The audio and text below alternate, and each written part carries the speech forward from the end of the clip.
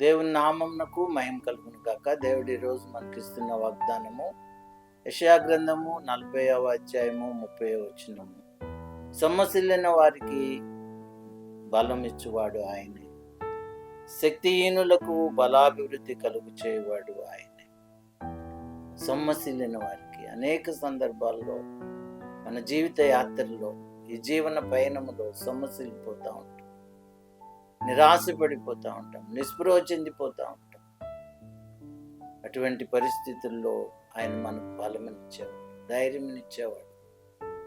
నేనున్నాను, భయపడకుము, నిబ్బరం కలిగి ఉండమని అంత భరోసా ఇచ్చేది మనకు ఎవరు ఉండరు.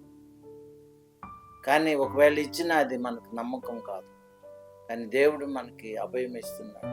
మీరు సొమ్మసిల్లిన వేళ నేను మీకు బలమునిస్తాను, శక్తి లేని సమయంలో మిమ్మల్ని శక్తివంతులను చేస్తాను అని దేవుడు మనకిస్తున్న వాగ్దానాన్ని మనం హృదయంలో భద్రపరుచుకొని, మనం సొమ్మసిల్లినప్పుడు, శక్తిహీనులమైనప్పుడు ఆయన పాద సన్నిధిలో చేరి, దేవా నువ్వు నాకు ఇచ్చిన ఈ వాగ్దానాన్ని నా పక్షమున నెరవేర్చు, నా పక్షమున ఈ వాగ్దానం నెరవేర్చి నీ కృపను నాకు అనుగ్రహించమని ఆయన మనం వేడుకుంటే మన చింతలన్నీ పోతాయి, మనకు ధైర్యం వస్తుంది, మనకు శక్తి వస్తుంది.